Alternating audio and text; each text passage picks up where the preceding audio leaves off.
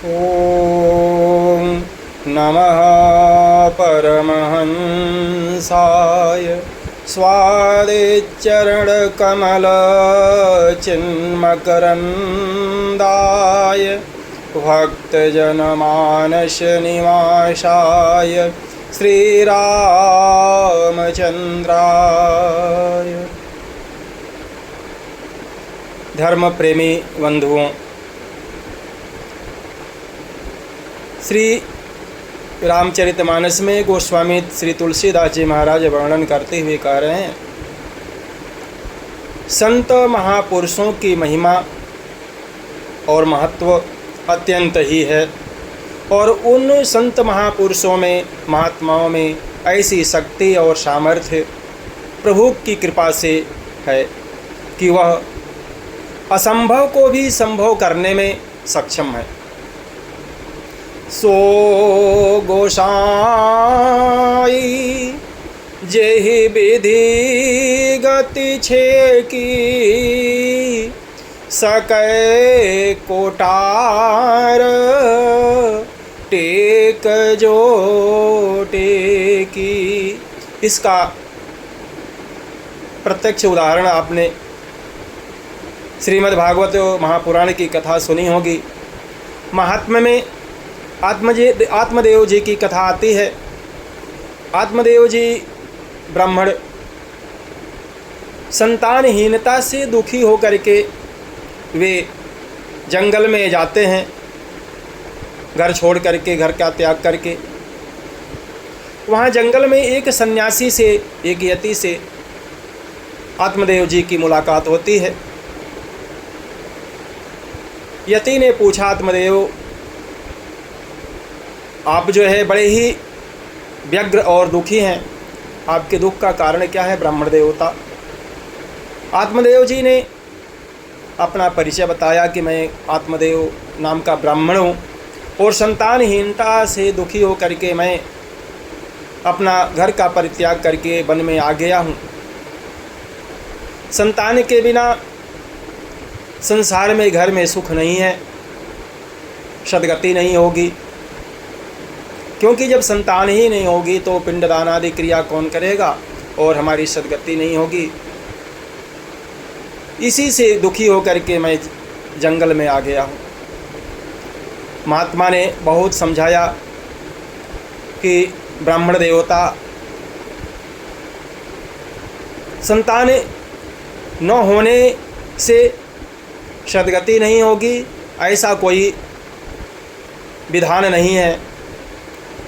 जो संत महापुरुष हैं, संत हैं, महात्मा हैं, यति सन्यासी हैं, सद्गति तो उनकी भी भगवत कृपा से हो जाती है।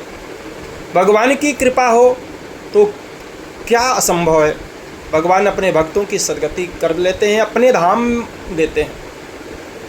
महात्मा ने बहुत तरह से समझाया, पर ब्राह्मण सदानंद, आत्मदेव ब्राह्मण, वह समझने को तैयार नहीं थे।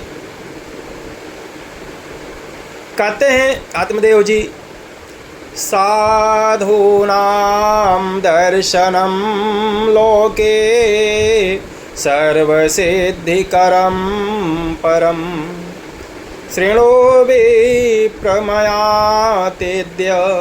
प्रारब्धं तु विलोकितं, सप्तजन्मावधि तव पुत्रो नैव च। यति सन्यासी महात्मा ने कहा कि हे ब्राह्मण देवता, हे आत्मदेव जी, एक जन्म, इस जन्म में की तो बात क्या करें, हमने आपके प्रारब्ध की भालाक्षर की माला को हमने देख लिया और पढ़ लिया अपने तपबल के द्वारा। आपका इस जन्म में नहीं, 7 जन्म में भी आपको पुत्र की प्राप्ति नहीं हो है। ऐसा लिखा है कि 7 जन्म में आपको पुत्र नहीं प्राप्त होगा। ब्राह्मण देवता ने कहा, तब तो मैं आत्महत्या ही कर लूँगा, यह जीवन व्यर्थ है संतान के बिना। तस्याग्रहं समालोक्य फलमेकं स दत्तवान्, इदं भक्षय पत्न्या त्वं ततः पुत्रो भविष्यति।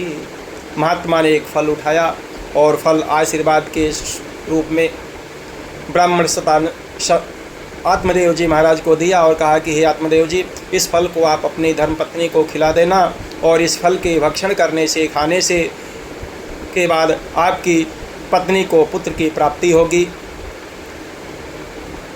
यह अलग बात है कि आत्मदेव जी को पुत्र की प्राप्ति नहीं हुई, क्योंकि उनकी पत्नी धुंधुली, जैसे ही आत्मदेव जी ने फल दिया, धुंधुली के मन में अनेक प्रकार के दुर्विचार उत्पन्न हुए कि इस फल को खाने से मेरा पेट फूल जाएगा, अन्य तरह की विघ्न बाधाएँ दुखों का सामना करना पड़ेगा। उसने फल नहीं खाया और वह फल जो है, आत्मदेव जी ने एक गाय पाल रखी थी, उस गाय को खिला दिया और अपने